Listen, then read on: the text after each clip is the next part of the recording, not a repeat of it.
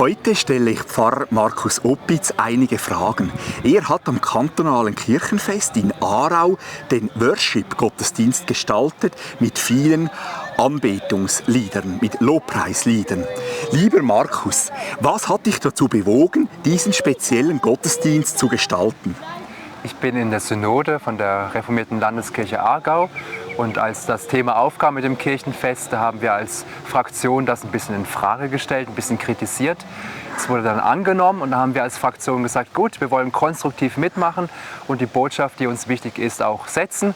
Und ja, dann kam der Anruf, ob ich nicht einen Gottesdienst gestalten will. Und dann habe ich gedacht, ja gut, jetzt muss ich auch zusagen. Und so kam ich zu diesem einen der 5 Gottesdienste. Was hat dich am meisten gefreut? Was war dein größtes Highlight?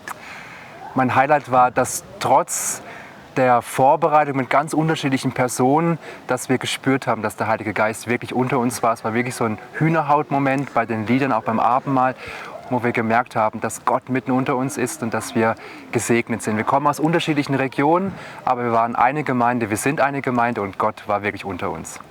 Was war deine größte Herausforderung, die du mit Gottes Hilfe meistern konntest? Die größte Herausforderung war, dass ich nicht alles wusste. Ich kannte nicht alle Details. Ich wusste nicht, wo ich stehen werde, wer alles mitmacht. Das hat sich alles so nach und nach ergeben. Die Herausforderung war dann, irgendwie die verschiedenen Fäden zusammenzuziehen. Wir haben bis kurz vor dem Gottesdienst noch nicht gewusst, wie wir das mit dem Abendmahl machen. Aber ich bin mega begeistert, dass die Leute mitgedacht haben, mitgeholfen haben und dass es wirklich ein gutes, großes Ganzes geworden ist. Lieber Markus, vielen Dank für die Beantwortung meiner Fragen. Wir wünschen euch allen Gottes Segen.